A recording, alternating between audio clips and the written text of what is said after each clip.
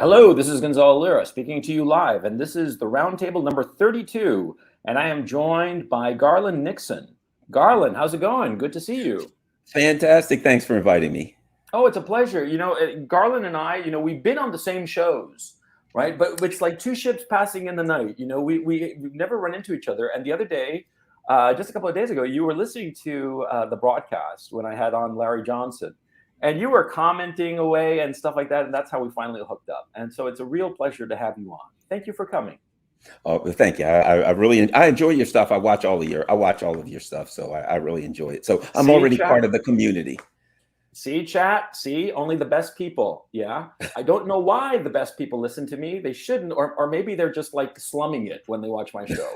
But anyway, it's a real pleasure. So we were talking before the broadcast about the Dark Brandon meme. And so we might as well just keep on going with American politics, And, did you see snippets of the Fetterman debate? No.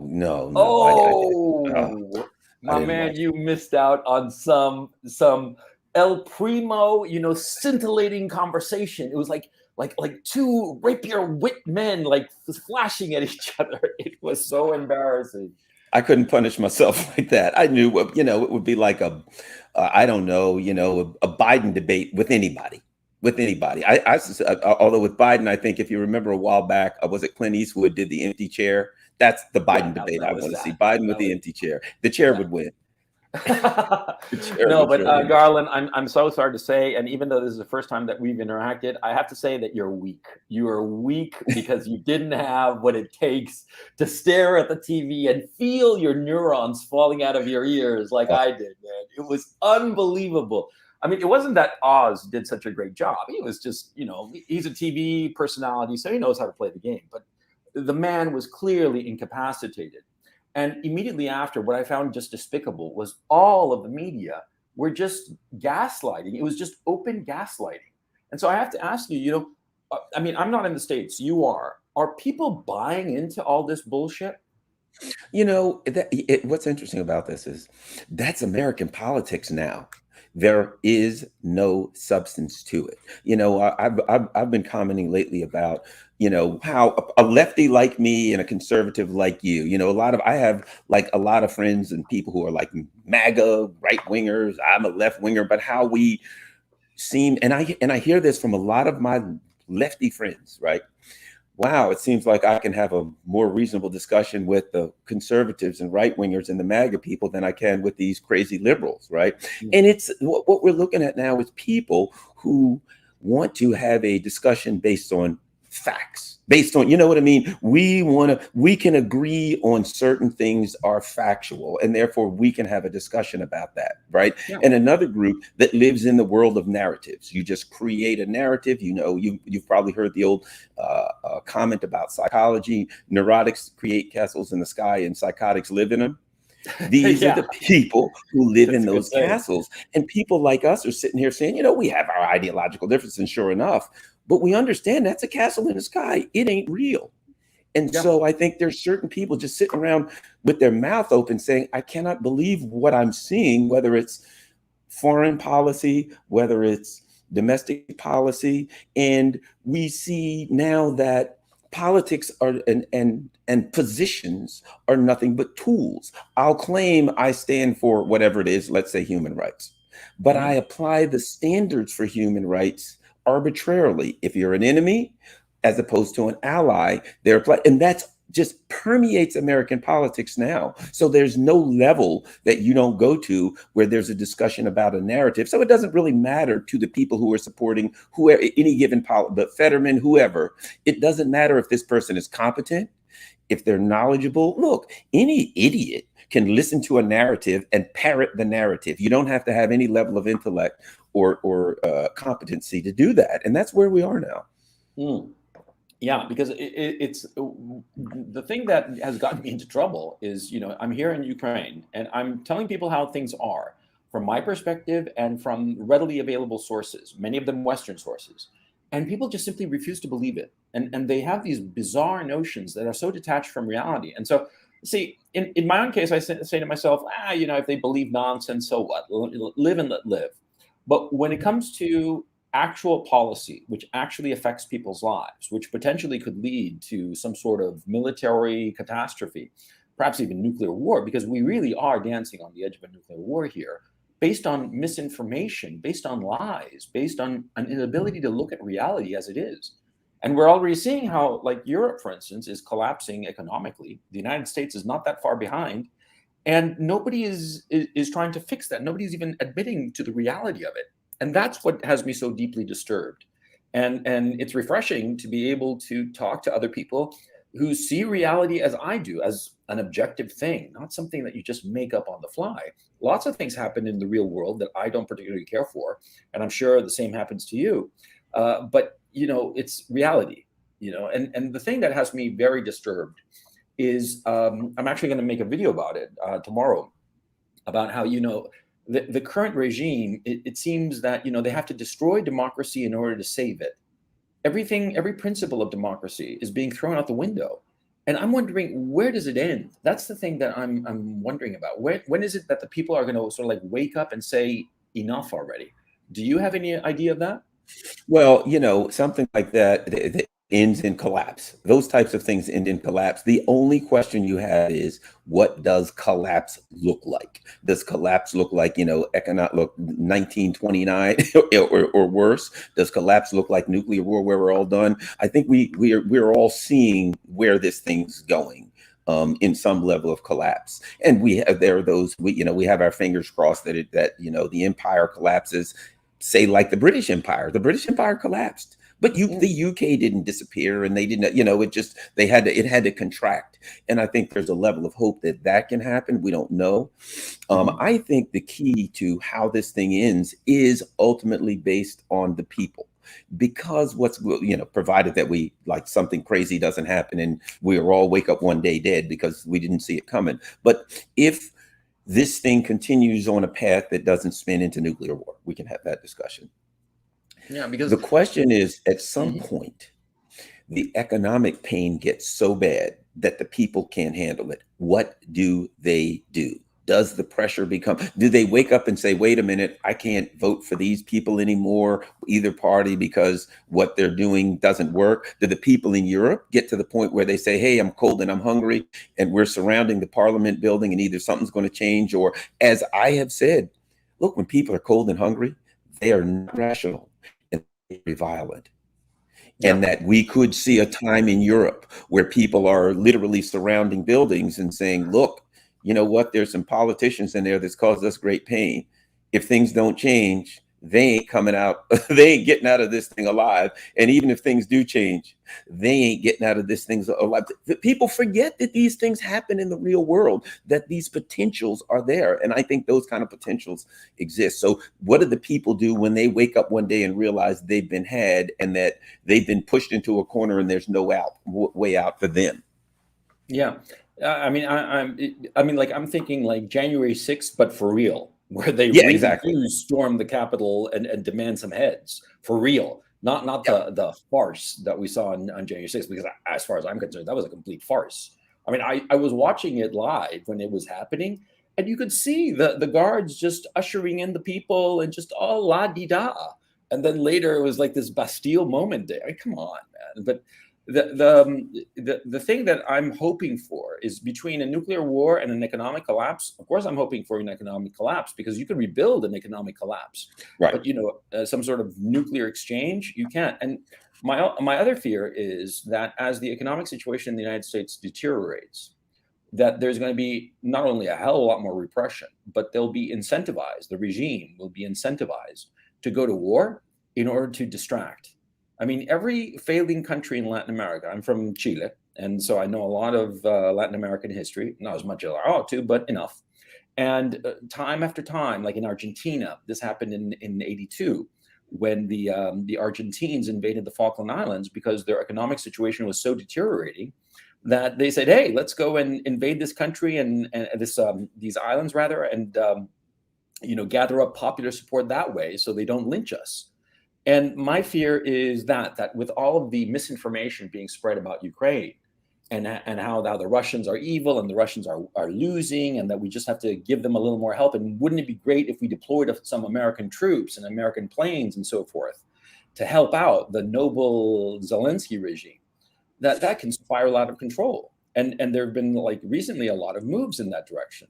I mean, you see my point. I mean, how can I put it? I would not be surprised if the 2024 elections get suspended altogether because the United States got into some war, the regime got into a war, and they decided that for the good of the nation, because this is a wartime, there can't be an election or something like that. Even though there was an election in the United States in 1864 in the middle of a civil war, but it seems that they will do anything to hold on to power. And so the issue becomes, how do we get rid of these people? I think a big part of this is Europe, because it appears to me that the Europe economically is going to collapse first.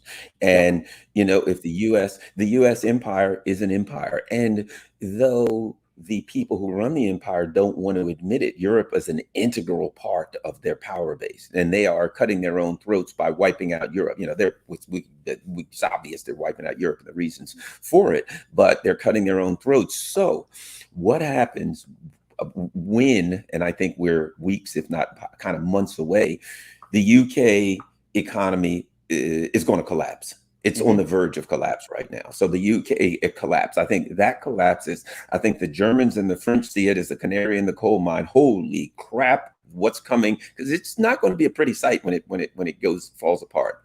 So I think that the collapse of Europe economically, the social unrest. I mean, how can you maintain any kind of social structure if people are hungry and cold?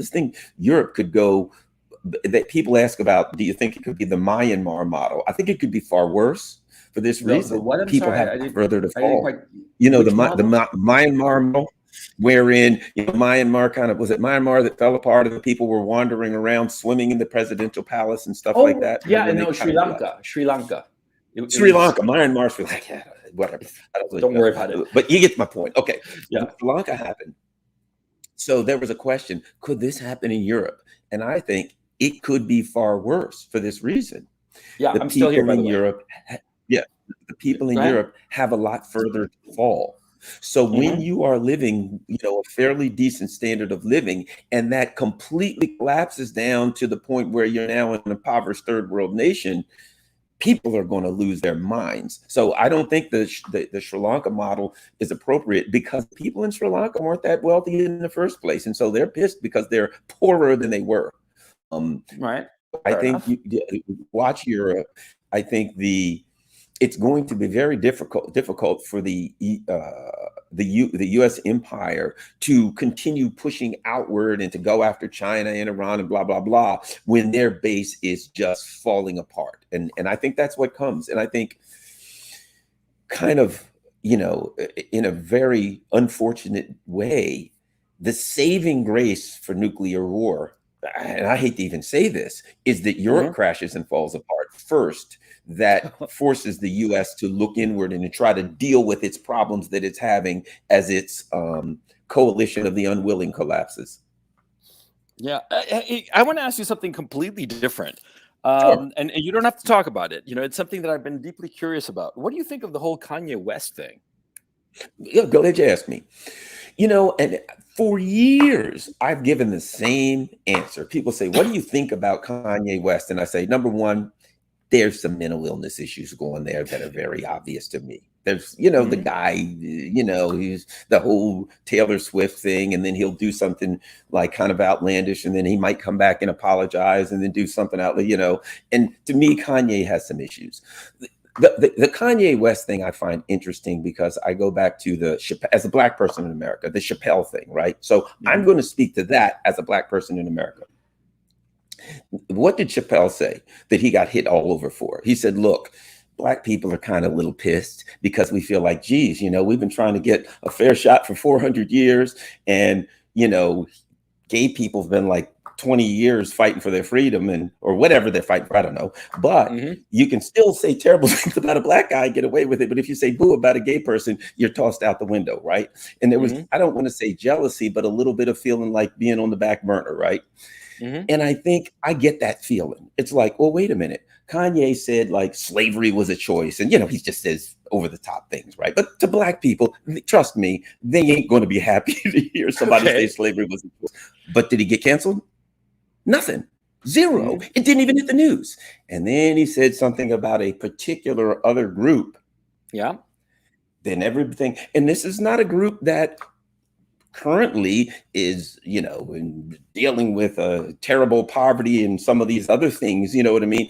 So I think there's a feeling a lot in the Black community is, well, geez, you can say anything you want about Black folks or whatever, nothing's going to happen. But another particular, that this isn't even about really anti-Semitism.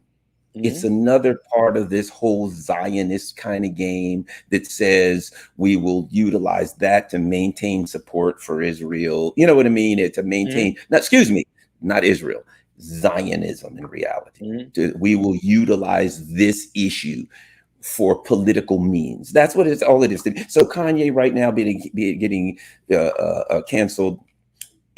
Again, it's a tool that's being used for political means and nothing more, in my opinion. It is not about Kanye, and it's not about what he said. It's like when they had to take Corbyn apart. They didn't like Corbyn, so hey, what are we going to come up with? This is a good one. Same kind of thing. And I think that's a terrible thing that happens in our society. It's like the whole human rights charade, because Mhm. there really are things that happen to particular groups that need to be fairly and reasonably discussed. But these Mhm. people don't want to fairly and reasonably discuss them. They just want to use that stuff cynically to smite their enemies or to support their political allies. Yeah, because the whole situation. Full disclosure, I don't listen to his music. I know very little about him. Quite frankly, I know that he was married to one of the Kardashians, which I think if you're a big time rapper, couldn't you get like better? At least not somebody so like. She It's just the seems Hollywood trashy thing, to though. me. Yeah, but anyway, but It's the be that as it Hollywood thing, may, Yeah. yeah, I suppose. But the issue for me became kind of like he was canceled across the board. His business deals were all canceled. His lawyers, his talent agency, his management, everybody just threw him under the bus. I mean, he's been wiped clean from anything, and it kind of like proves the point of what he said. And so I found it just deeply hilarious, as a disinterested observer. I'm just like, I'm standing here in 40 kilometers from the front lines. I just found it funny. I mean, just screamingly funny. And I'm wondering if Black people, the Black community, look at that and they're like, Ye is right, or Ye, I'm on Ye, so I'm team Kanye or whatever, and that's what I'm kind of curious about. The Are they? biggest, what I hear in the Black community more is what I said earlier. Well, geez, this particular group here, Yeah, you're going to get, if you just say anything that can be in some way interpreted as negative, you're going to get your clock cleaned. yeah, But other groups that have legitimate complaints, if you even make the legitimate complaint, nobody's going to say anything. And I don't know what the word term is. I guess not jealousy. There's a feeling of injustice for this, that this is yeah. not fair. Why Unfairness, does this group get unfairness. total and complete protection? And then other groups, well, and that's the other part. To me, the whole absurdity of the whole cancel culture. You know what I mean? Mhm. The whole, we got to cancel this person. Again, it's a tool. To me, cancel culture is a tool of what a great paradox. Cancel culture is a tool of oppression. Number Yeah. one. Oh yeah. Number two, it's so cynical because the so-called marginalized groups that they are protecting are actually simply used as human shields. Yeah. That's all it is. They use it. Okay, well, we're good because we're standing up for Black people or gay people or whoever, right? And then you hold them out and hide behind them and use them to beat the hell out of your enemies with. So Yeah. you're using these people as human shields. To me, it's the worst thing. And if somebody has a legitimate discussion about something unfair with their group and within their group or how they're being treated, they can't get a forum anymore because people are sick of hearing the cancel culture bull crap. And when somebody wants a legitimate discussion, people all just interpret, well, that's just some more cancel culture, and they're thrown out the window. So to me, it's the worst thing that can happen to marginalized groups is this whole cancel culture crap. Yeah, I very much agree, and I very much agree because the cancel culture issue makes see with anything new, it's always a small minority that believes in whatever it turns out to be new that is an accurate representation of reality. That's true, right? You always have the bleeding edge, the avant garde, the people who are just like a little bit ahead of the curve, who usually tell the rest, the mass of people, what's really going on. But when you have cancel culture, you kind of like nip in the bud anybody who's at the forefront of understanding what's going on around us. And so the rest of the people don't get an opportunity to hear it, to understand it. See, like for instance, I got canceled, sort of like a mini cancellation, when I discussed a certain massacre in a certain suburb of a certain city here in Ukraine. Hmm. I dare not mention it, but you all know what I I'm know talking exactly about, what you right? mean. Yep. Yeah. And I said, no, this doesn't make any sense. And I showed why, because, you know, the Russians had left 2, 3 days before this whole thing appeared. And there had been no evidence of this. Nobody said anything. And the mayor himself had not mentioned a word after the Russians were gone. And all of a sudden, these individuals popped up, you know, lying around in the street, like almost strategically placed on the street. And I'm like, this is bullshit, right? And I did a video stream on it, and it got taken down. And I pointed out things that were like really obvious, and I pointed out things too that, for instance, there had been in the case that some people had thought that there had been movement of some of the individuals lying there, and I showed no, it wasn't movement. It's just an optical illusion because it was like a raindrop sliding by, and it gave the illusion of movement, but there was no movement. And also, like there was another person who appeared to sit up, but what was actually happening was that they had appeared in the rear view mirror. And you know how on a car, the rear view mirror towards the edges, it curves and gets Yep. wide angle. And so it had given the illusion of that. And I pointed this out in my stream. I mean, I was trying to be as even-handed as possible. And yeah, being even-handed doesn't help. But the thing is, see, I was ahead of that particular curve. And oops, do you see me? Am I Yep. still here? Everything's great. Yep. You're Okay. here. No problem. And so I inadvertently hit something, and because of this, you know, the video got taken down, and of course, what happened is that now everybody believes that this certain incident happened in this certain suburb when it did not.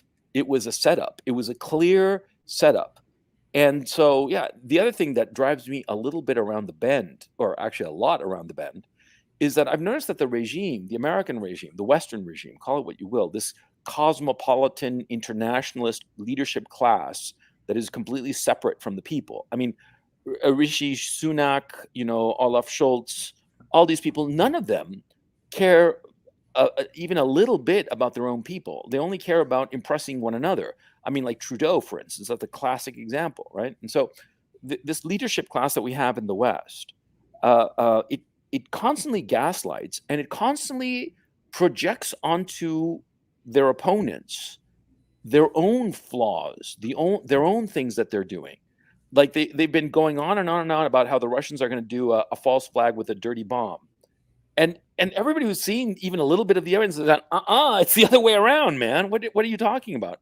That level of projection just drives me crazy, because it's just it distorts reality. And I think that if you don't have a firm grasp on reality, you're going to wind up making horrible decisions.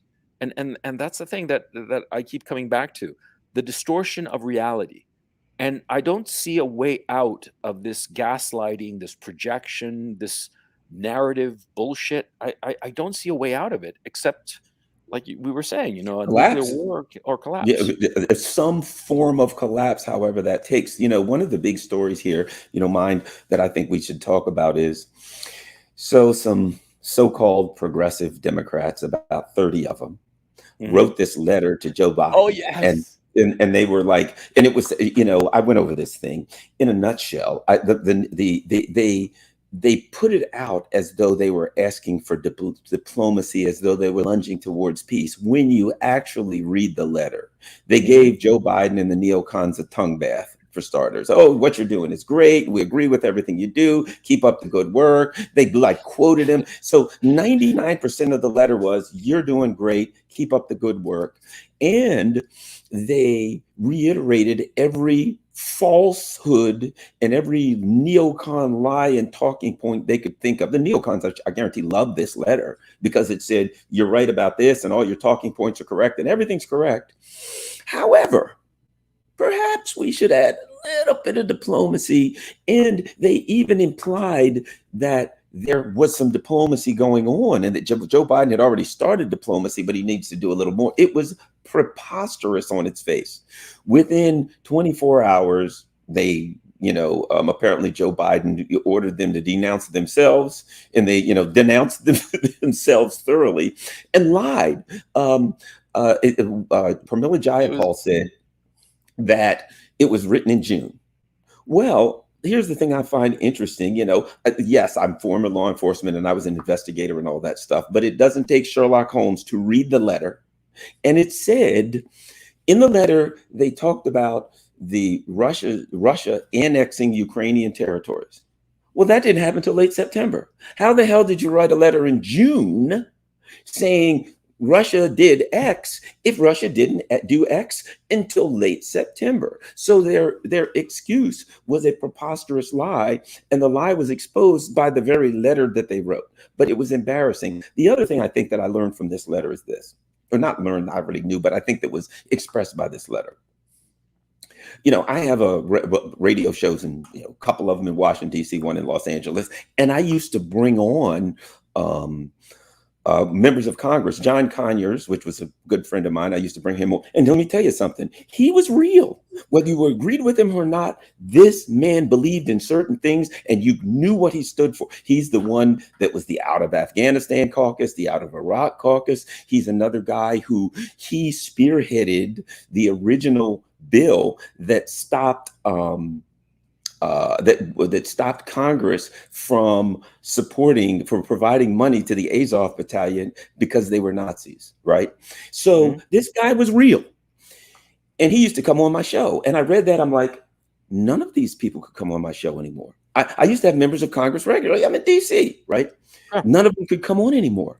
Because when you read that letter, and it's like, yes, it starts off by saying Ukraine is an independent, sovereign, democratic nation. And I'm like, it's none of the three. How can you overthrow the government of a country and call it democratic, independent, and sovereign? So if I were to have a member of Congress on and they said that, I'd have to have that immediate discussion about 2014, and they could not possibly acknowledge the truth. So they're living now in such a false narrative. They couldn't come on my show anymore on either Los Angeles or DC, because they couldn't acknowledge blatant, obvious reality. So Congress, and this, our ruling elite class is completely divorced from the people that they ostensibly rule over, whatever you want to call it. represent. But not just, yes, supposed to represent,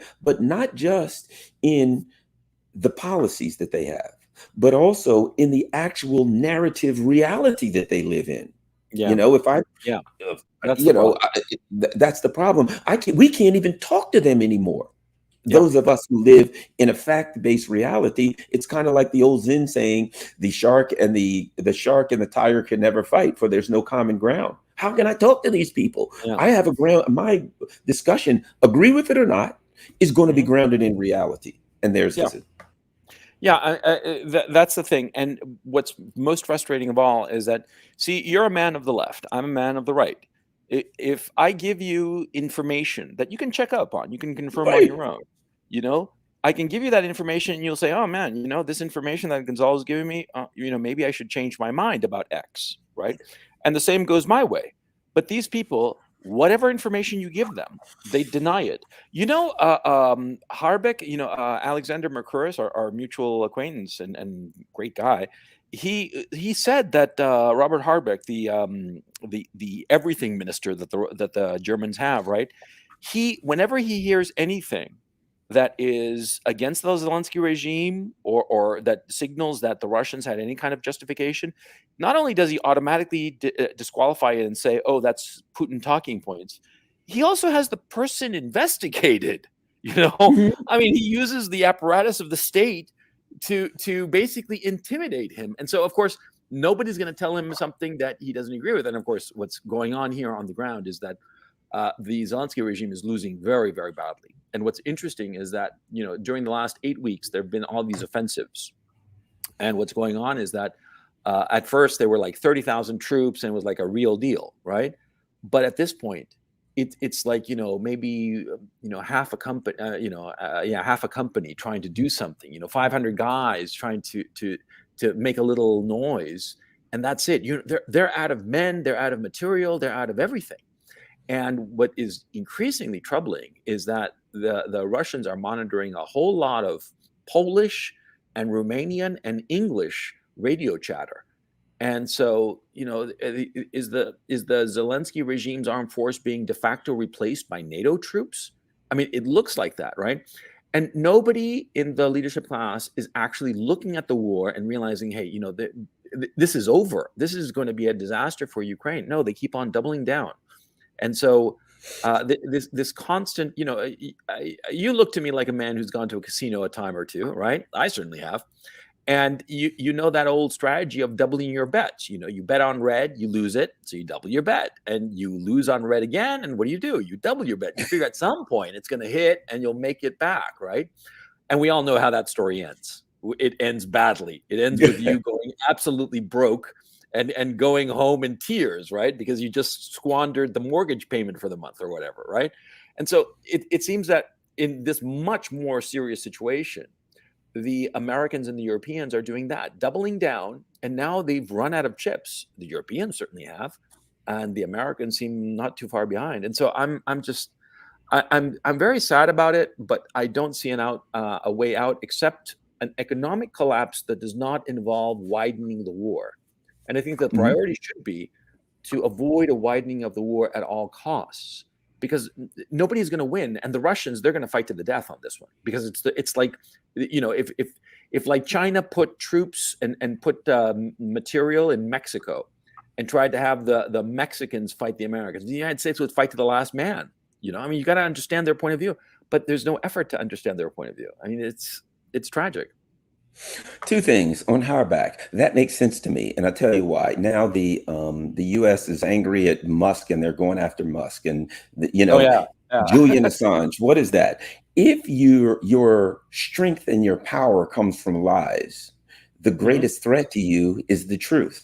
Yeah. So that's why the censorship, the big fear, the big threat, the problem they have is this: if the American people knew the truth, they wouldn't support it. If the European people knew the truth, they wouldn't support it. So Julian Assange has to be shut up. Every time Harback sees someone doing that, telling the truth, they have to be stopped and they have to be made an example of, which tells you this too. They're not as stupid as we think they are, as some people think they are. No. They not stupid at all. Know what they're doing.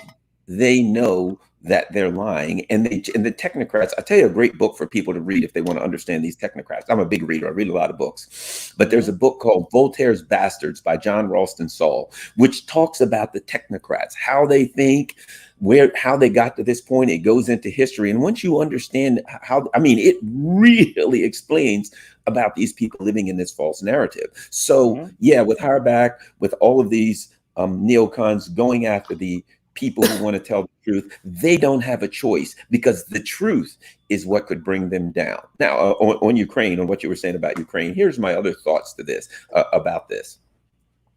There's two ways it could go. Number one, it gets expanded to the point where we're all done. We can't control that. And if that happens, then, we're all gone one day. Let's just hope it's not today. But at any rate, here's the other side of it. And this is a thought that I have that I tend to lean towards. A lot of people think this, but I think about this too, at least as a possibility.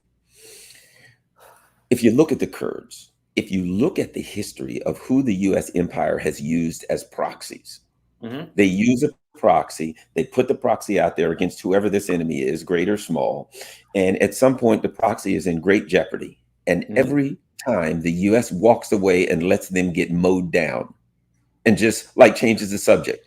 Hey, Taiwan, let's go. Look at that. I think there's something going on in Taiwan, right? They literally just walk away from a project that doesn't work.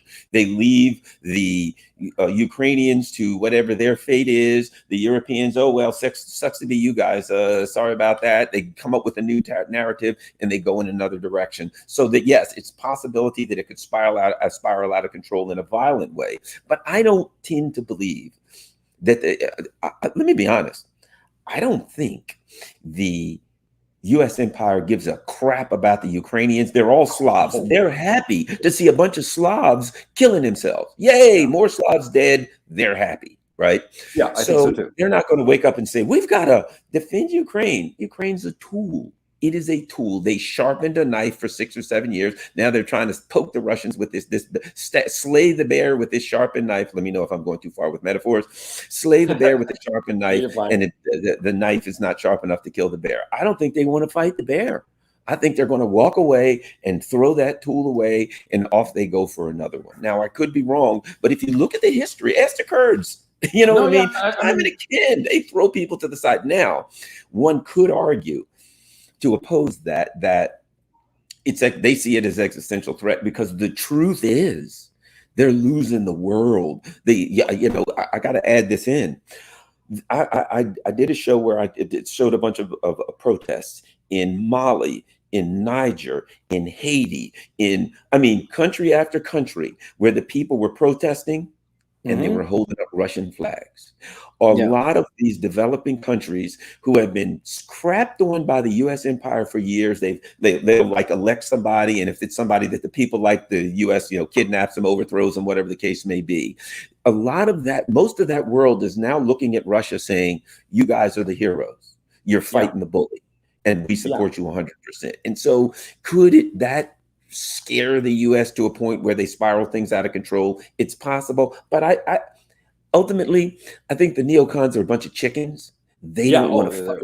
None of them went to war. None of them would. I was a cop. These people would never be a cop. They wouldn't respond to shots fired. They'd run in the other direction and quit the first call they got. They put their behinds in danger. So I think that's a positive way to look at it, whether it's true or false. I tend to think that they're going to leave Ukraine hanging. They're just going to leave a mess like they usually do and walk away and move on to their next misadventure.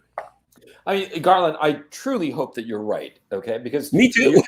You're absolutely right. And it's very well that you pointed out that every time that their guys, their sons of bitches, start to lose, they drop them. They drop them and walk away. And I fervently hope that that will be the case with the Zelensky regime. But on the other hand, they have invested so many chips on this thing, right? I mean, it's not just money, it's political reputation, it's everything.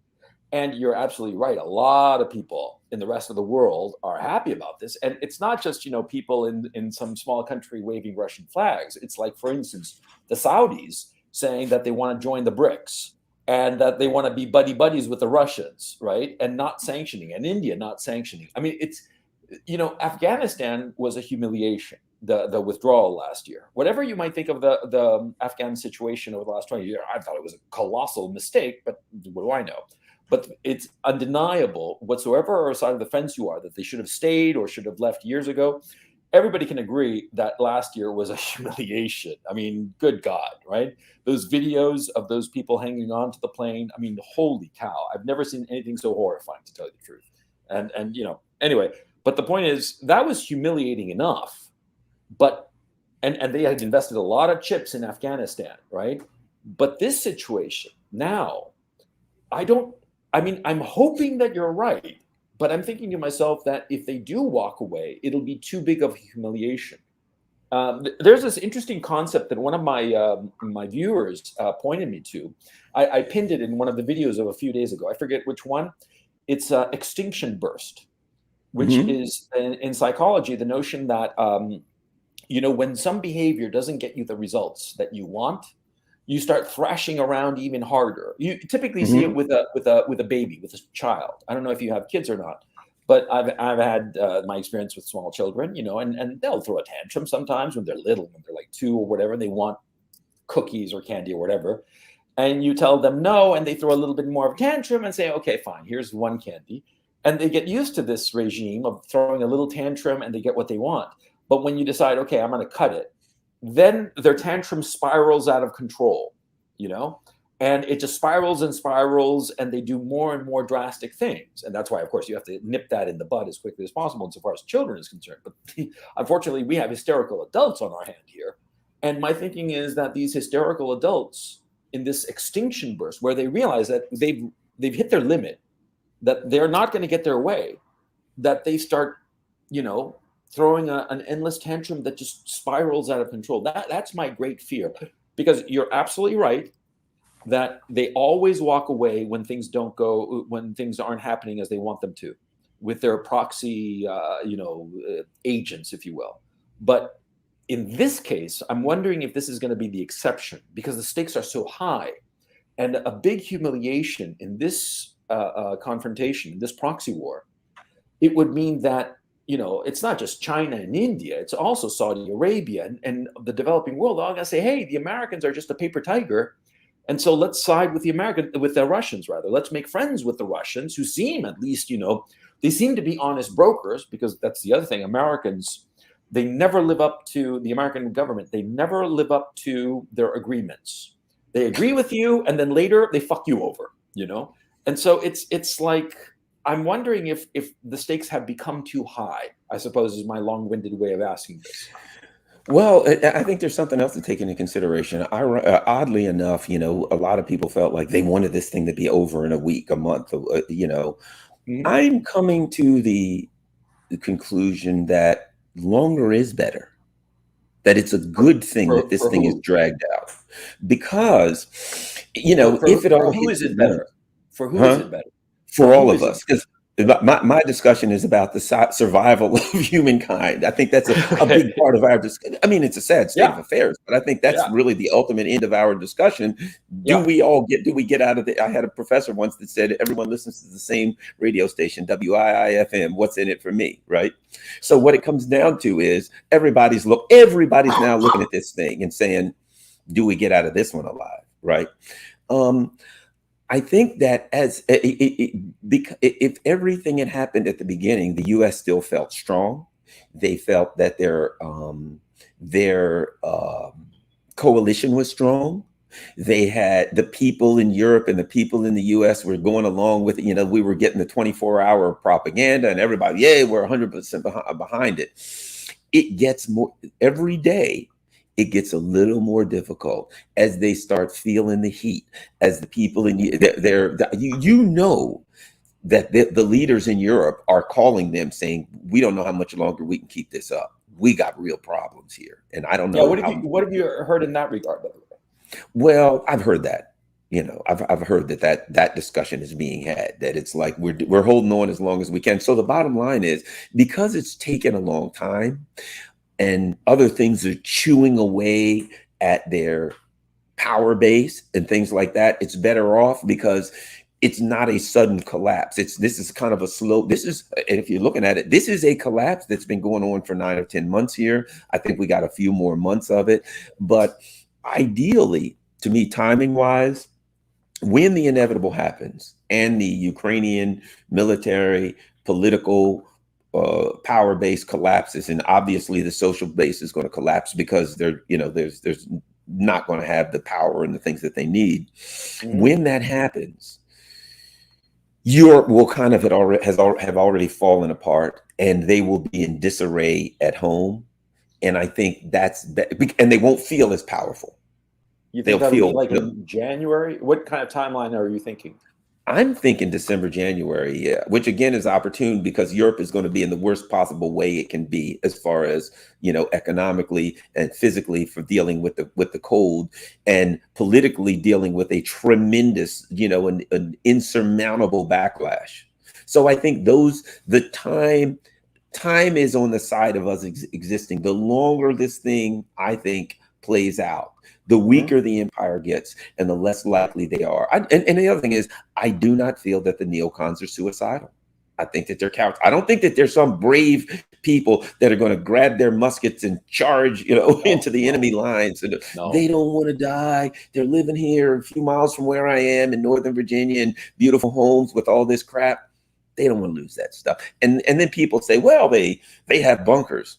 Really? Here's what I have to say. If we're having a nuclear war and I got to live in a bunker for my last 5 years and living off of powdered eggs, I'd rather go out in the first blast. Yeah, put me in that bunker, because they'll be in the bunker, and what'll happen in the bunker sooner or later, maybe a year or two down the line, the guards and the cooks and the people in the bunker will wake up and say, there's nothing outside here. Yeah. And they don't really have any power over us, and we have guns. Perhaps we should eat them. We can last a little longer if we'd eat them. What do we do with them? Should we beat them because they got them in here? Should we eat them and freeze their bodies? Do the Donner Pass thing? At some point, they're going to be in a fat enough. Why not? Exactly. So as soon as they go to the bunker with their armed guards become powerful people, and they're not. And sooner or later, so I don't think these people want to spend their last days eating powdered friggin' milk and eggs in a bunker.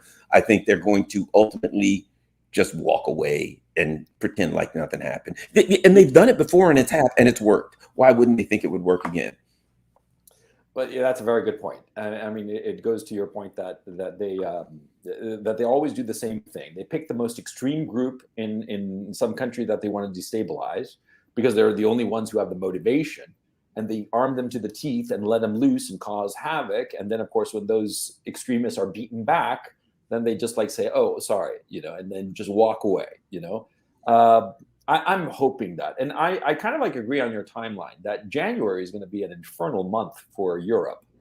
Sorry for the malapropism there, but yeah, they're going to be cold, dark, hungry, not even cell phone reception because the towers they're going to go out, right? And oh, by the way, parenthetically, chat, I'm sorry that I look like Darth Vader. With Garland, we were kidding around that I look like the Dark Brandon speech. Yeah. Like yeah. But it's it's in the terrace. That's the only place where I can, yeah, yes, and in the terrace is the only place I can smoke, or I don't want to smoke inside. But anyway, the point is, okay. Let's say there's no escalation at the pace of things going here in Ukraine. I can say very confidently that the West is running out of munitions to send and weapons to send. They're sending their third and fourth tier gear at best. Number one. Number two, the Zelensky regime, it's run out of men. Okay, all the able-bodied men have fled or been killed.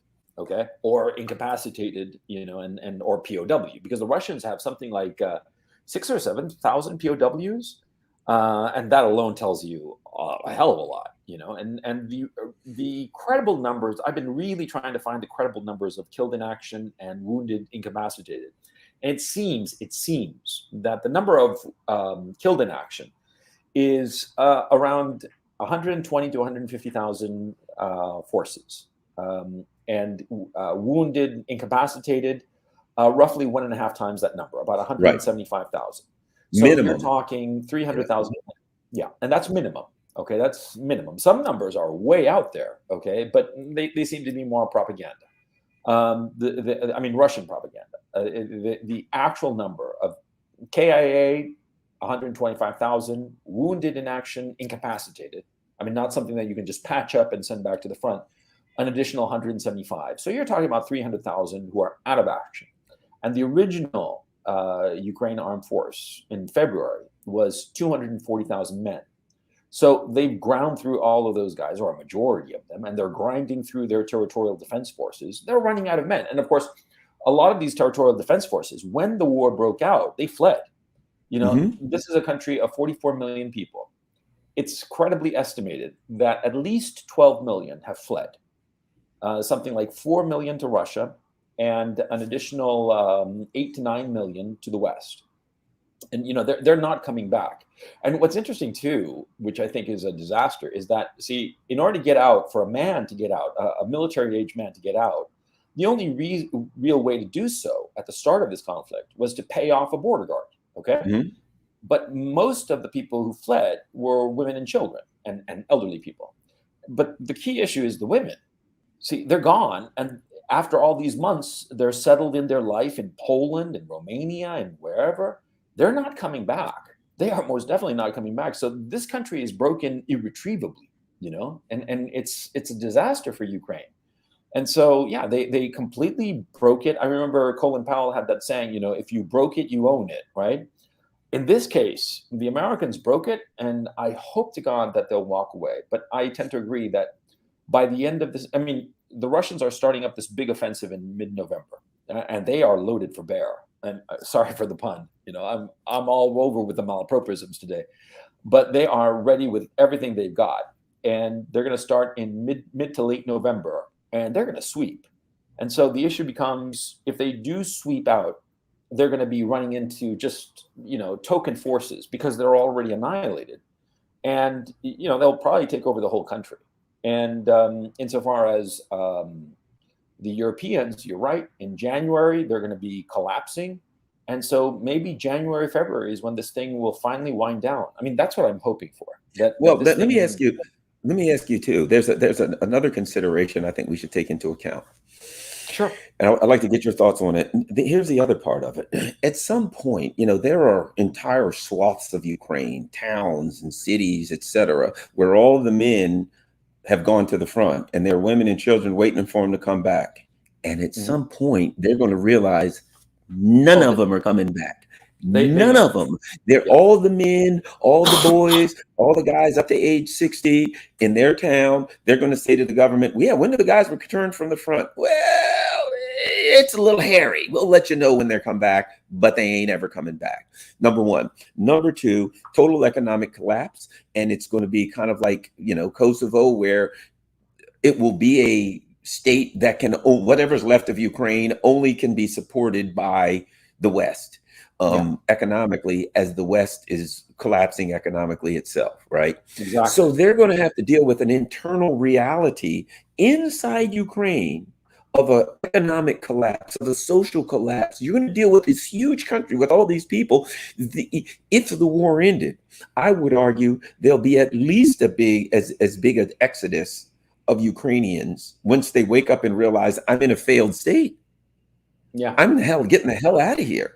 And Yeah. so now you got a secondary exodus of Ukrainians, while now the Poles start to say, hold on, we're full.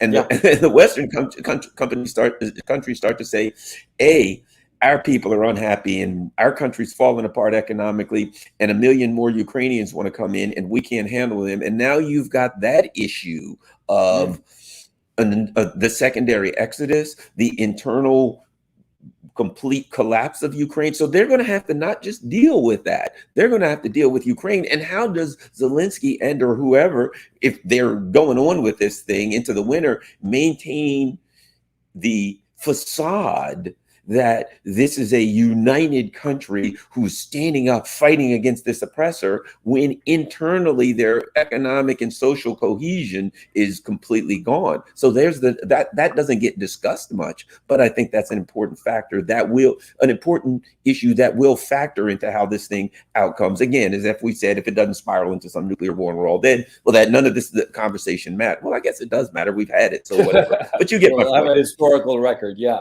In No. a philosophical Zen way, everything matters, right? So, but other than that, you get what I'm saying. Your thoughts on the internal Ukraine part of this? Well, first of all, you're absolutely right that there are a lot of towns and villages where they're like, where are our men? Where did they go? Because they haven't been in touch, no calls, no nothing.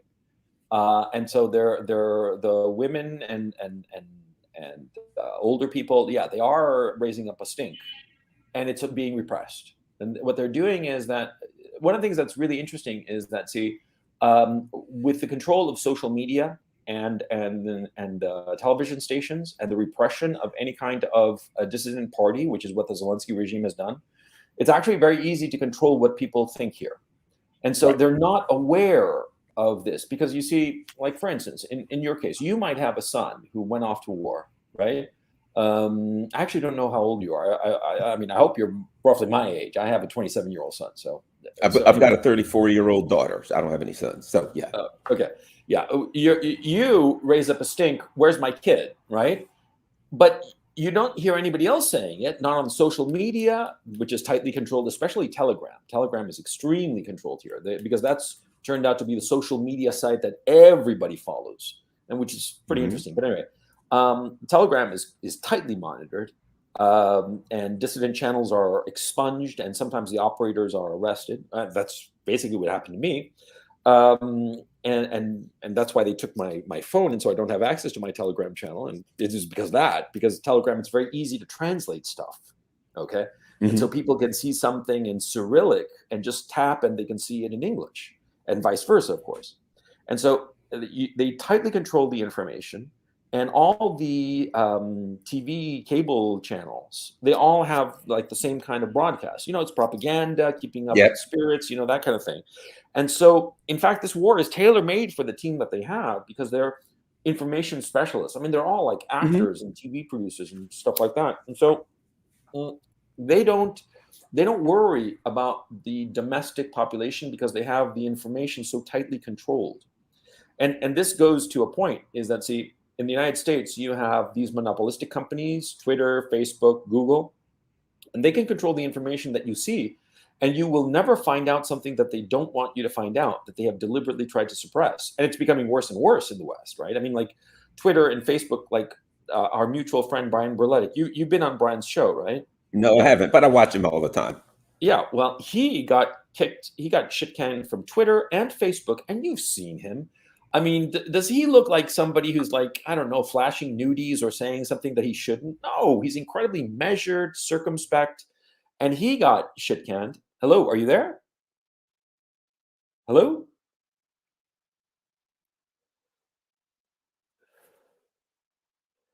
Hello? Hello? Chat, do you guys hear me? I don't know if you guys hear me because I don't see Garland. Garland froze up.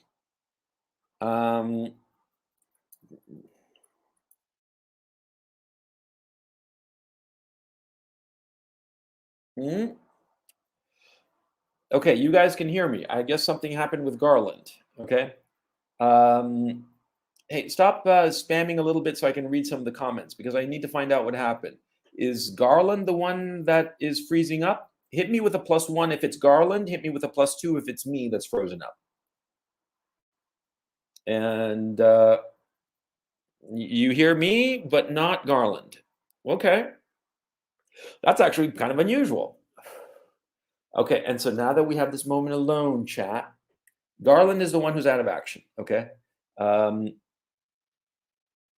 Yeah, YouTube is having problems? Okay, I don't know about that.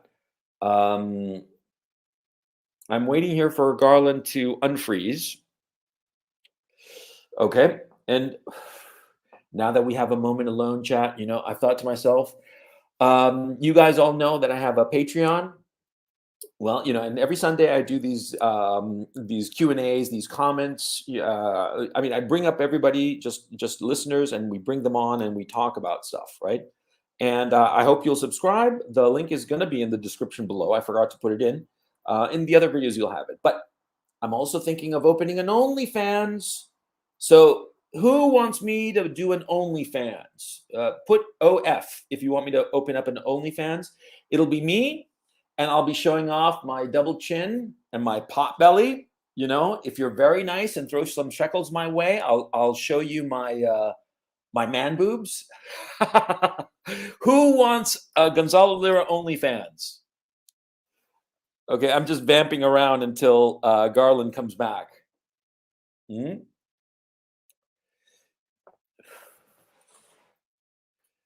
Oh man, this is a real pity because I was having a great time with Garland.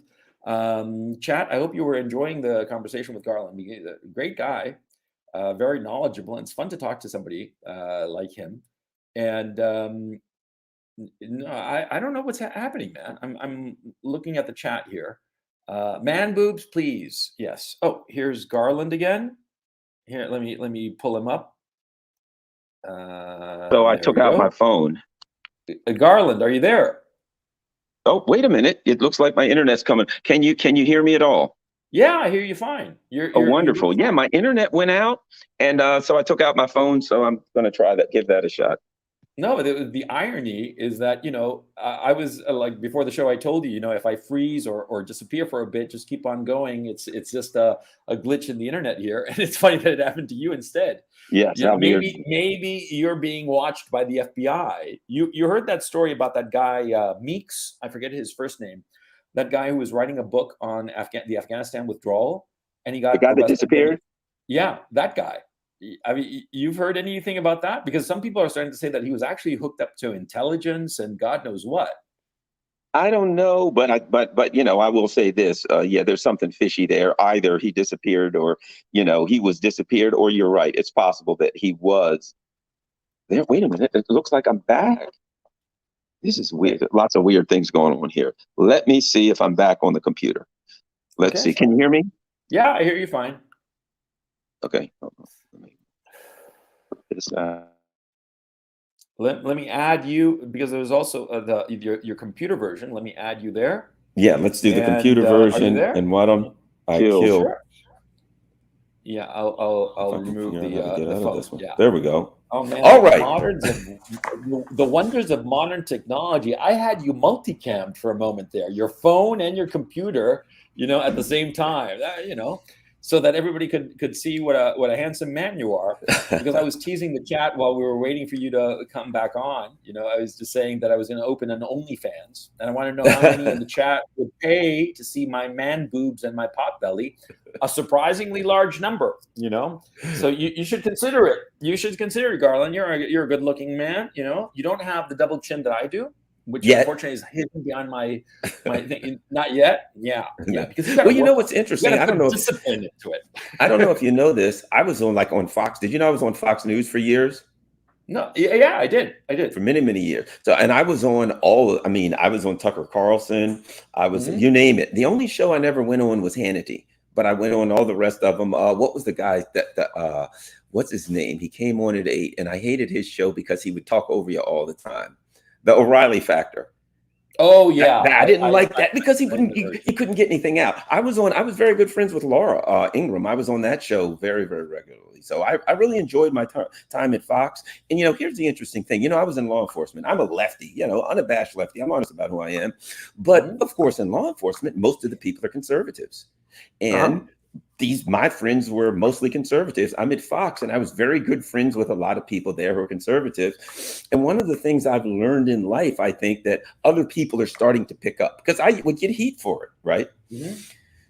We can disagree politically. We can disagree ideologically. We can look at the same two things, and we can interpret them differently because we have a kind of a different map of the world. That's fine. But because of that doesn't mean that I'm better or worse than you, or that we can't be friends and go fishing and be the best of friends, because I will guarantee you one person may be an atheist, the other person's a Catholic, and the other person's a Muslim. One person may be a left or right or wherever. And one of the things that I hate in the United States, and this is pushed by the mainstream media and pushed by the neoliberals, and that is you have to dislike people that you have ideological disagreements with, that they are evil. And I think that plays into the foreign policy, because they're always creating monsters. This country over here is evil. This country over here is good. And I'm a big believer. I don't know about you. I can't speak for other people. One of the things that I've got out of this, that I've recognized, is this.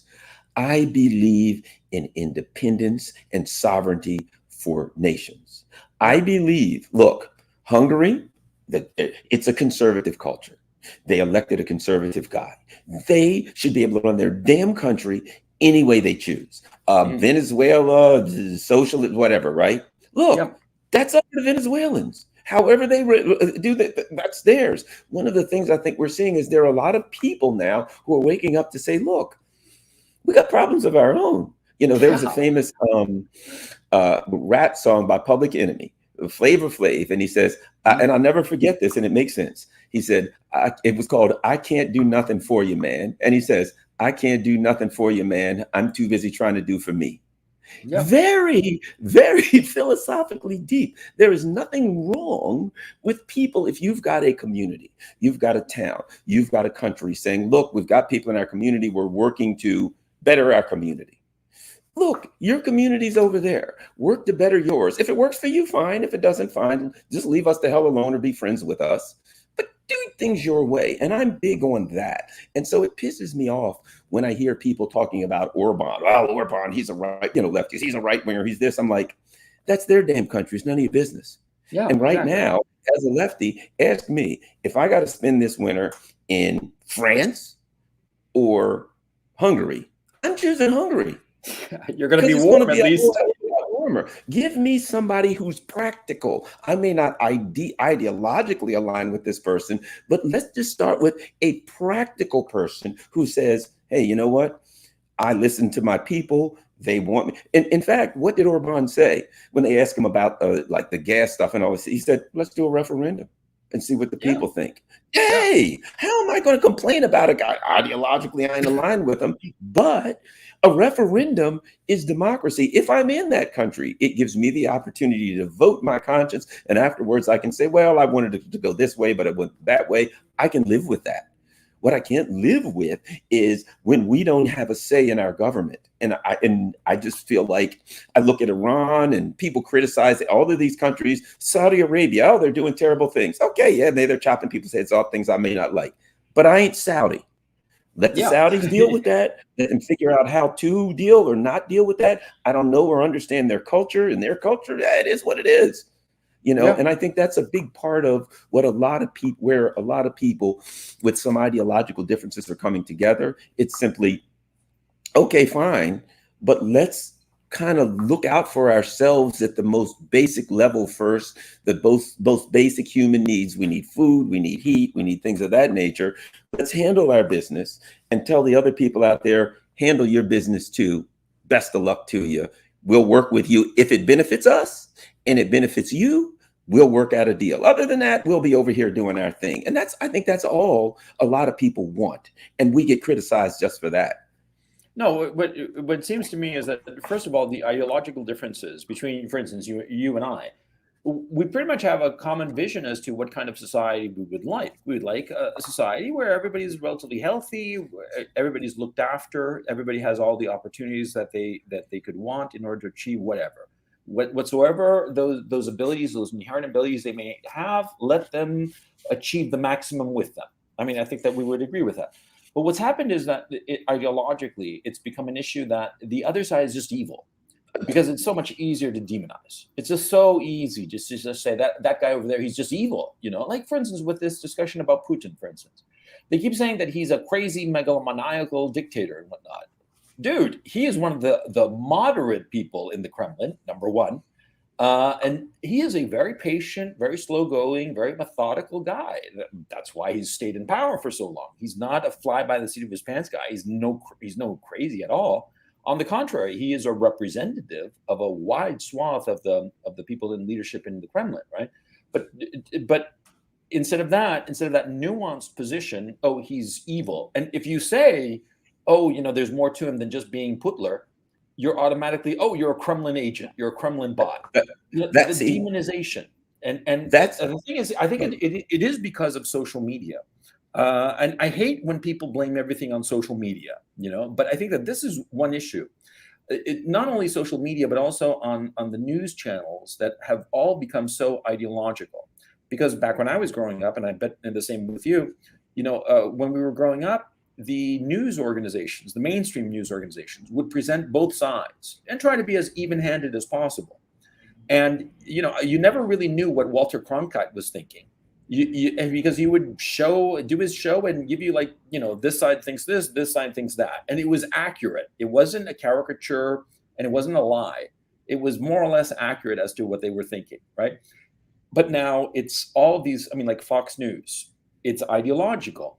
But all the others are too. CNN, MSNBC, it's insane. The New York Times, which prided itself with being the newspaper of record, it's just ideological garbage. It's have you seen the Twitter battle now with Elon Musk and the New York Times? Oh yeah, my thinking on that, I think that Elon Musk deliberately has been poking the government with his tweets about the Russia, because I think he wants to get out of the deal. Okay, and I think that.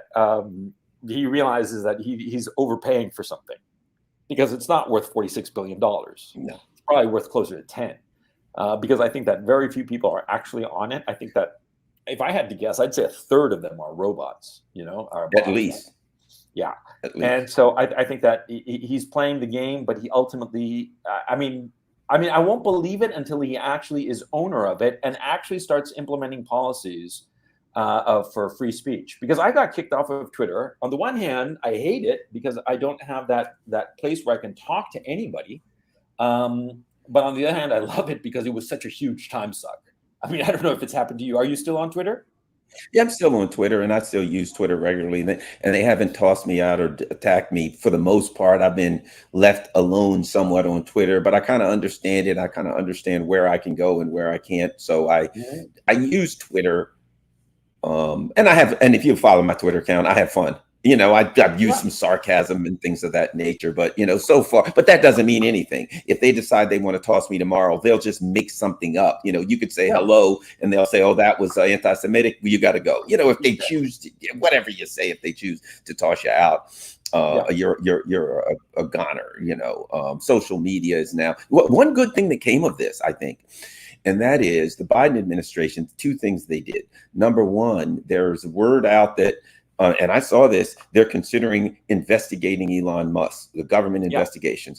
That's good. Let me tell you why, because it exposes them. That what they're saying is this: we may investigate they pull a crossfire hurricane like we did on Trump, not because we think you did anything wrong, but to use the law enforcement powers of the state as a tool of oppression to smite our enemies. The other thing, and I yeah, think that needs to be exposed, I think the other thing is Joe Biden, the White House is now saying that they will, Biden, the guy's a vegetable, so I'm not Joe Biden, whoever his handlers yeah. are saying Whoever's his puppeteer. Yeah, exactly that they may, what are they saying? They may nix the deal because of national security concerns. Well, you're now admitting that Twitter is a national security tool. So I think those are two good things that come out of this that wake people up. And let's not forget, there have been legitimate battles historically throughout history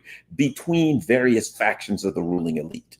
And it is possible that the faction of the ruling elite that Elon Musk is in has some issues with other factions of the ruling elite, and that they can spar over various and sundry things, because historically that's happened for hundreds of years. The ruling elite, the yeah, industrialists versus the people.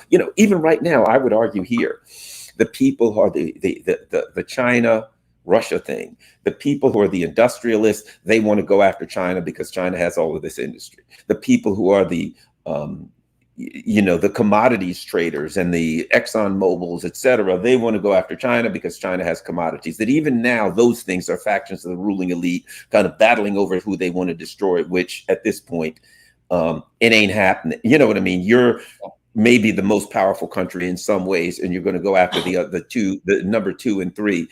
They're going to be more powerful combined than you, and that's not going to work. But these people aren't smart enough to figure that out. No, the thing that bothers me so much about what America is doing and has been doing over the last 25 odd years is they go and mess around in other countries instead of spending all of those resources and that attention in fixing up the United States. I have a number of acquaintances who have told me the differences between, say, China and the United States, and insofar as like public transportation, insofar as infrastructure is concerned. Roads, everything. Yeah, and Shot it's to night and hell. day. I mean, you go to New York, and this has been going on for decades now. You go to New York City, right? The subway is a disgrace. It looks like something out of just the worst third world shithole you could ever imagine, right? And this is New York City. This is supposed to be, here in Kharkov, they've got the metro system, right? It's beautiful. It's gorgeous, and every station has a different decoration in Mhm. a clear and definite different styles. Some of them are gorgeous. Some of them are kind of gaudy. Okay. But that happens. But what's interesting is that they make the effort to make something beautiful so that people feel happy.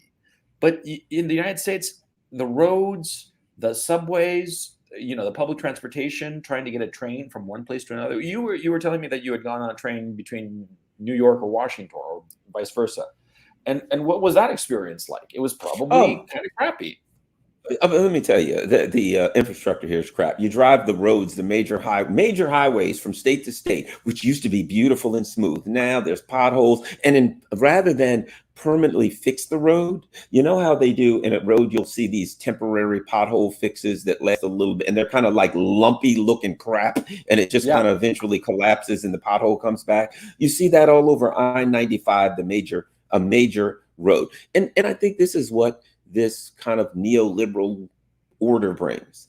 It funnels everything in your society. Every dime is funneled to the top 1/4 of 1%. And so Yeah. there's no money left for the people, for infrastructure, for anything. It's how can we get more money? Look right now, for even in Europe, for all of the discussion about how bad things are for the people, Royal Dutch Shell, Exxon Mobil, these commodities companies, they're making 300% profit. You know what I mean? They've still figured out there's that small group of people. And I still believe this. Their plan for Europe is what they do everywhere. Okay. Number one, you wipe out the economy and you destroy the price of everything. Now, everything is worth pennies on the dollar. Every industry, property, everything, right? And you're the one with the money. You go in, you buy all that stuff at pennies on the dollar, you refloat the economy, boom, you got it. And that's another thing I think of a reason that I think they don't want to end it all. Because I think they got a plan for Europe. And it's the typical neoliberal plan. Even, see, they want to take out three of their adversaries, right? The three big economic blocs, China, Russia, and the EU. Well, if they can get one of the three, they'll be okay. So they're going to take Europe and they're going to be like, and everybody's like, oh, Russia, Russia. Yeah, they're looking at Russia and Europe. So what happens if they say, okay, we can't get Russia, but what we can do, we'll annihilate the economy here. We buy everything for pennies on the dollar like we like to do. We refloat the economy and we've made a fortune anyway.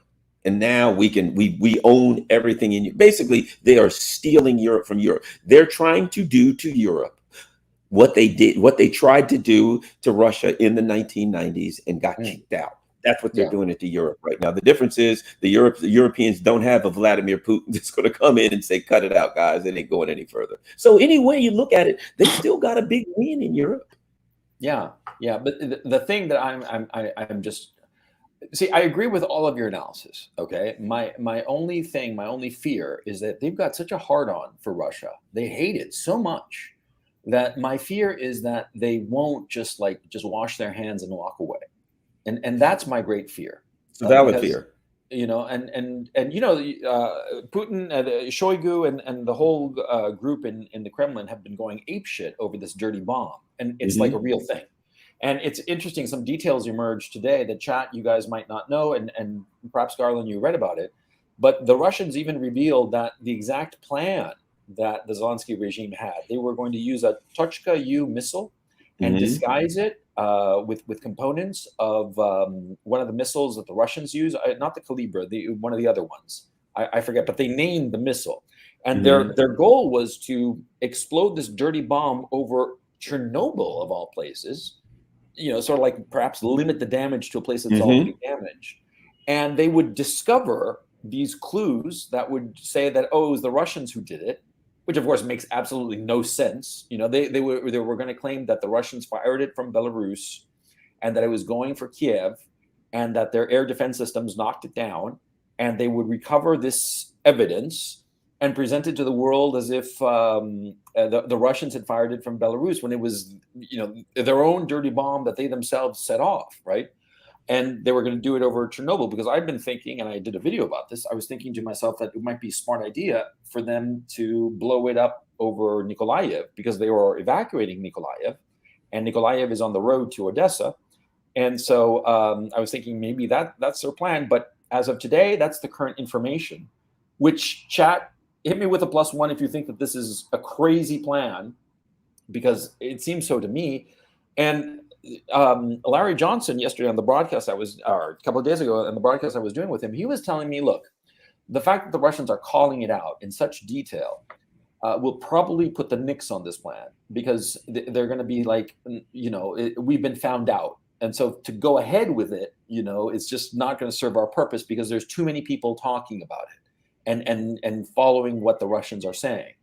But anyway, it leads me back to that issue of the extinction burst that I mentioned before, of throwing a colossal tantrum when you know that you're not getting your way and you're about to come to the end, and you're just throwing a complete hissy fit. That seems to be what is going on with the Zelensky regime, with the Europeans, with the Americans, but I keep insisting, and I know that this is, you know, I'm beating a dead horse here, but my fear is that these guys, that they escalate in a spiral, and that there's no way to stop them, because they get so desperate. Because you've as a police officer, you've seen people when they get really, really desperate, they do crazy ass stuff that they'd never dream of doing if they were, you know, if they were not in the grip of an enormous panic. And that's my fear, because I mean, And like I that's said, you're a police officer, you've seen yeah. this, right? And that's why, yeah, well, I've retired, but I was, and that's why the other part of it is this, why I think the slow motion, that the longer this thing slows down, moves slowly, the less likely that is, because it's, a panic is usually caused by something sudden and unexpected. And oh my God, I didn't see that coming. If it kind of unfolds slowly, people tend to, the same thing can happen to you. Right. As an example, I'm, elderly parents. I know there's a big difference. Like my parents who were elderly died, when 80, one's 90, right? But like with both of them, they were sick over long periods of time and blah, blah, blah. And eventually you come to realize the reality of what's going to happen. And then you were okay with it when they finally passed away, right? As opposed to somebody gets a call. Hello. Yeah, your mom just got ran over by a steamroller. You Jesus. freak out. You might, oh my God, whatever people. Okay. Yeah. So I think the other part of it, and again, I say that for my law enforcement career, there's a big difference when someone gets a sudden shock, how they react, as opposed to they get time to think about. And now you're getting calls from the Europeans. Hey, dude, I don't know how longer I can hang on. My people here are ready to hang me, and I think they may eat me because they're hungry.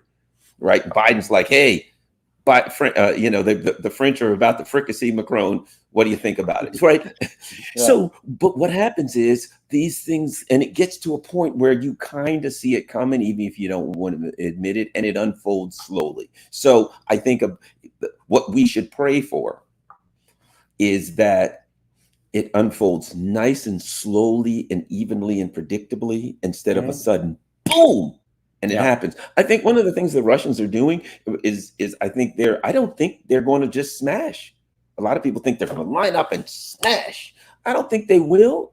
I think they're moving slowly. They're going to dig in as they're attacked by the Ukrainians. They're going to repel the attacks, and the Ukrainians will get weaker and weaker. And I think by the time they get ready to act, the end will be inevitable, because the Ukrainians are weakening themselves with these relentless, foolish, suicidal attacks. So that's how slow does this thing unfold? The slower it unfolds, the safer it is. And, having arrested people before that were very bad actors,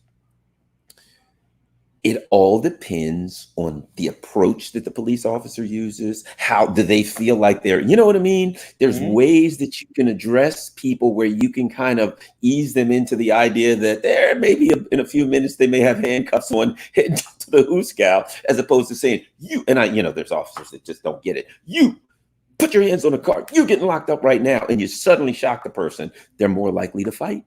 Yeah. Because actually, I wish my account were still around, because I could show you that several months ago, I said that the thing that the Russians had to avoid at all cost was a Pearl Harbor moment, a 9/11. Right. A big shock. It had to be a grinding, slow-going affair that was just, a little bit here, a little bit there, a little village here, a little village there, that kind of approach. I mean, the Russians. And to round off our conversation, the Russians, everything is going their way. I mean, have you noticed that? And are the Americans noticing that? Time is on their side, as the Rolling Stones said. But it has to, because if your enemies, what's the Iranians say? Thank God for making my enemies fools. If let's face it. If you're going up against the Biden administration, these people are idiots. You can't lose. I mean, now, if you're playing Scrabble with Biden, you probably don't have a chance, because this guy makes up words. He just makes up words. You're never going to win a game of Scrabble. But anything else with these friggin' clowns, you can't lose. Just sit back, get out of the way, and watch them do one stupid thing after another until they surround themselves. So that's the other side of it too. If you got a lunatic idiot who is your adversary, you kind of move along and let this person just keep screwing things up worse and worse and worse. I'll tell you another thing too. And this is important, I think. We are in a dangerous time because we're 2 weeks before the midterms, and these idiots could do something prior to the midterms, number one, or the other side is they may feel like, look, we don't want to shake things up. If we do something just prior to the midterms and it goes bad, then we're really screwed. The other part is what happens after the midterms. I think the Democrats take a beating, And I do believe there will be some parties inside the Democratic Party, some elements that say, what are we going to do? We just got wiped out. We're going in the wrong direction. Will be some questions. Now, of course, you know what they do. They'll look for a person to blame. It's that guy's fault. Out he goes and everything will work. But who that guy is could be old Dark Brandon. It could be like, hey, if we just move you and Hunter Biden out of here, things may clean. So, well, of course, then again, they got Kamala. Jesus. Let me tell you something. You got to give Biden credit. That was one of the most brilliant political moves in history of brilliant political moves. When you get Kamala Harris, they ain't killing you. Nobody's going to ever want you out of office if Kamala Harris is behind you. Let me ask you something. I think that she's stoned half the time, that she's been smoking pot like in the morning, because the way she talks, she reminds me of girls who have been smoking dope. You know what I'm saying? I think she's stupid. I think it would help. I think she should try it. Realistically, because if you look at her, she's, what she kind of reminds me, it makes me think, having done a lot of television. There's some people that when they get in front of a camera, like you and I, we're in front of a camera, I've been in front of a camera, done a lot of TV, I've hosted TV shows. You just act normal. You just be yourself, right? Yeah. But there are other people that as soon as they get in front of a camera, they think they have to be something, right? And so she gets in front of the camera and she starts this. Well, there are big countries and there are little countries. You don't talk like that normal. And the big countries eat the little countries up, like she's always talking, like she's on Sesame Street all the time, right? Yeah. But the bottom line exactly, like on Sesame Street. Exactly right. Exactly. Yeah. That's how she talks to everybody. But I think that she's one of these people that A, she's not very bright, and B, she just doesn't have a clue how to act in front of a camera. She's pathetic. Living embodiment of how far you can get with a durable pair of knee pads. And look, she's pretty. So they thought, okay, she's a pretty woman. She's pretty and she's a woman of color. She checks all the boxes and we'll throw her out there. But again, she's not African American. She's Indian. Oh my God, she's whatever. She's mixed or something. They use woman of color now. That just means whatever I guess it means. But the bottom line is, if you look at it, man, you got Biden and Kamala over here. You got Liz Truss, Bojo, and these clowns. You got Schultz. To me, when I look around, I'm the only one, God knows he's a Rothschild banker, but Macron seems like he's not a complete idiot. He is a neoliberal banker, but he's the only one that's not a complete bungling fool. And it's obvious that the powers that be now deliberately choose the stupidest person they can find so they can sit him out there. Because otherwise, nobody else would do this. Somebody might question them and say, hey, do you think we ought to do this? They don't want anybody smart enough or competent enough to ever do that. What do you think of Tulsi Gabbard? Let me say this. 2016, I'll make this a quick story. 2016, I was covering the Democratic convention for Pacifica Network and Fox News. So I was there and I was constantly on Fox talking, on the shows. Fox had a big tent there. And I remember talking to a couple people and they said, who do you like for 2020? And I said, Tulsi Gabbard. And when Tulsi Gabbard, when she just said she was going to, I was a big Tulsi fan. She said she was going to run. I jumped on a plane. That was like Thursday. I got on a plane and flew to Hawaii, God knows, 12 hours, so I could be there to see that. So, that tells you I was a big Tulsi Gabbard fan. Mm-hmm. I'm not like I said, she's more conservative than me, which ain't hard to be more conservative than me if you know me. But I like her foreign policy stance. I like the fact that she lives in a practical reality. Mm-hmm. There are things about Tulsi I would disagree with, but would I vote for Tulsi over all of these clowns in a hot second? So she's more conservative than I am, but I think she's a reasonable person. I think she's honest. I think she means what she says. I think she actually believes in a practical foreign policy that's in the best interest, not only of the United States, but in the best interest of humanity. So I like, there are a lot of things I like about Tulsi Gabbard. Okay. Yeah, because she recently left the Democratic Party, and I'm wondering she's the kind of woman who strikes me as someone who doesn't make a move unless she's got a very clear plan, that she knows exactly what she's doing. And Trump Gabbard 2024. Have you heard? I've heard that. No, I think that that's a kind of crazy. I don't think Trump is going to run in 2024. I think that he's going to realize that he's just not up for it. I mean, his ego is huge, but he's going to be an older man. Yeah, I yeah. mean, He'll be. so I think that he might I say, agree. do I really need this hassle, or could I be a kingmaker? That would be a different story, and Good he would point. actually have a lot more power and a lot Good more point. fun being a Yeah. kingmaker than being the king. And the CIA wouldn't rub him out like they certainly would if he tried to run. I mean, if we're honest about it, I think they'd run. I mean, I don't know. Maybe I shouldn't say that on YouTube. I just think he should watch his back if he decides to run. Let's say that. Well, look, after the Nord Stream thing, where the Americans blew up that pipeline and everybody knows it, I mean, I wouldn't put it past these guys to do anything. Can I show you a book that I'm reading? Sure. Yeah. What's that? Move it a little bit there. Ally versus Ally, America and America, Europe, and the Siberian pipeline crisis. Oh, interesting. Interesting. Yeah. Written by Anthony Blinken, 1987. This thing, let me read just a couple of passages that I Sure. highlighted from Anthony Blinken's 1987 book. For a number of influential policymakers, the time seemed opportune to engage the Soviet Union in a round of economic warfare, regardless of the price that might have to be paid by the economies of Western Europe and the American business community. Jesus. Well, that shows you they've got a hard-on for Russia that's going on 35 yeyears. This guy in 87 basically wrote a, like the old O.J. Simpson book, looking for the real killer. If I did it. Yeah, this is like basically him writing, well, if I wanted to blow the pipeline up, this would definitely be, this would be my manifesto. It's really the manifesto of a madman, to be quite frank. But I'm in the process of reading it. Oh, you're going to have to come back on and tell us about it. Give us a book report.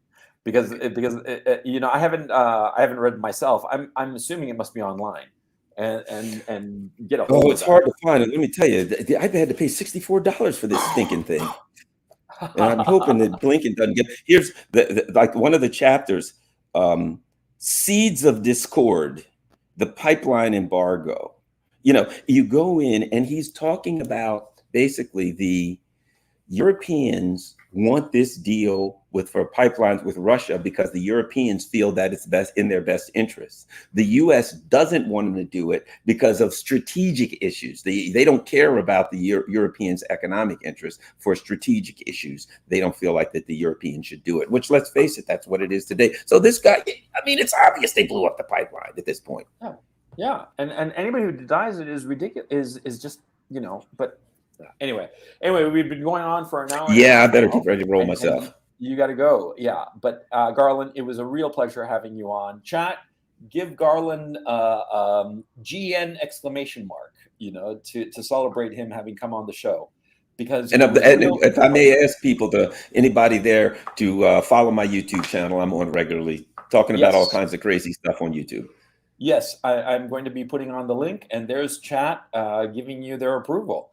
And we will definitely put the link as soon as the broadcast is done. I'll update it so that people go to your YouTube channel.